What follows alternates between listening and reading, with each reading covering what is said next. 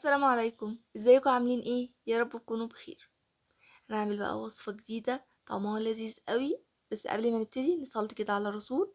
اللهم صل وسلم وبارك على سيدنا مولانا محمد وعلى اله وصحبه اجمعين. هنعمل السمك. مفيش اختلاف على الوصفة دي، كلنا طبعا بنحبها. وطبعا كل سمك ليه طريقة. كلنا بنعمل طرق كتير قوي للسمك، طبعا السمك سنجاري او في الفرن او مشوي مقلي. بنعمله بطرق كتير قوي. بس اهم حاجة ان احنا نعمله بتتبيلة مميزة تخلي طعمه حلو، ونستمتع كده واحنا بناكله. هنا هنعمل سمك أرز. ابتديت أول حاجة إن أنا كده أملحه. هحط كده ملح كده في قلب السمكة. وبعدين هبتدي إن أنا أبهرها بقى بكركم وكمون وبابريكا. هبتدي إن أنا أنزل كده عليها في النص شوية كده من الكركم والبابريكا والكمون، وأدعكها بقى كويس جدا جدا. يعني أدعك كده بطن السمكة. بعدين هبتدي برضو نفس اللي أنا عملته جوه السمكة أعمله كمان من بره. هبتدي إن أنا برضو أحط ملح وكمون وبابريكا وكركم، وادعك كده السمكة كويس جدا جدا من الناحيتين. وهسيبها على جنب كده علشان تتبهر كده بالبهارات اللي انا ضفتها لها. يعني على ما بجهز التتبيلة اللي انا هحشيها فيها، اسيب بقى السمكة تتبل كده بالبهارات دي. معايا بقى في التتبيلة طماطمية كده صغيرة. معايا بصلة معايا جزرة مبشورة، فلفل اخضر وكمان كزبرة.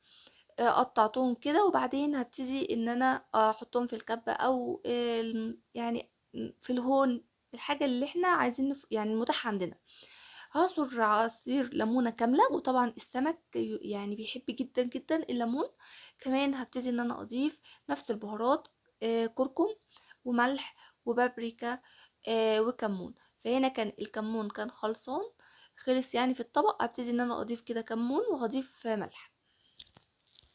هبتدي ان انا يعني اضرب بقى المكونات دي كويس جدا جدا لحد ما تكون ناعمه قوي. يعني افرمها في كده فرم ناعم خالص، علشان دي اللي هتبل بيها السمك. هجيب بقى السمكه كنت سبتها كده وقت شويه لحد ما تبهرت بالبهارات اللي انا ضفتها لها. هبتدي بقى ان انا التتبيله دي احشي بيها السمكه، الراس والبطن وكل حته فيها. بس قبلها نعمل فتحه كده في الظهر، فتحه واحده بس، من يعني فتحه من ناحيه واحده. هبتدي ان انا احشي كده السمك بالتتبيله. السمك ده نوعه ارز، حلو جدا جدا، طعمه حلو قوي. اللحمه بتاعته مسكره جدا، هتعجبكم قوي.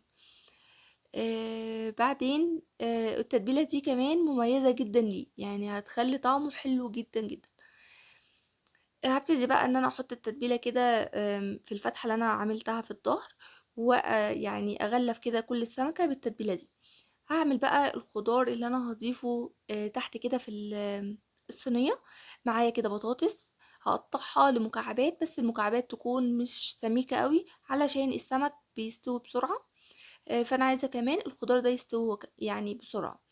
ضفت معلقة كده كبيرة من التتبيلة كنت سبتها، وقلبت بيها البطاطس كويس قوي وركنتها على جنب. هقطع بقى طماطم وبصل، وقطعت كمان جزر بشراه، وشرايح كده من الليمون.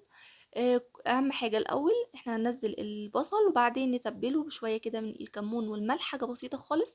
اقلبهم كده مع بعض، وبعدين هبتدي ان انا انزل عليهم البطاطس اللي انا تبلتها بنفس التتبيلة.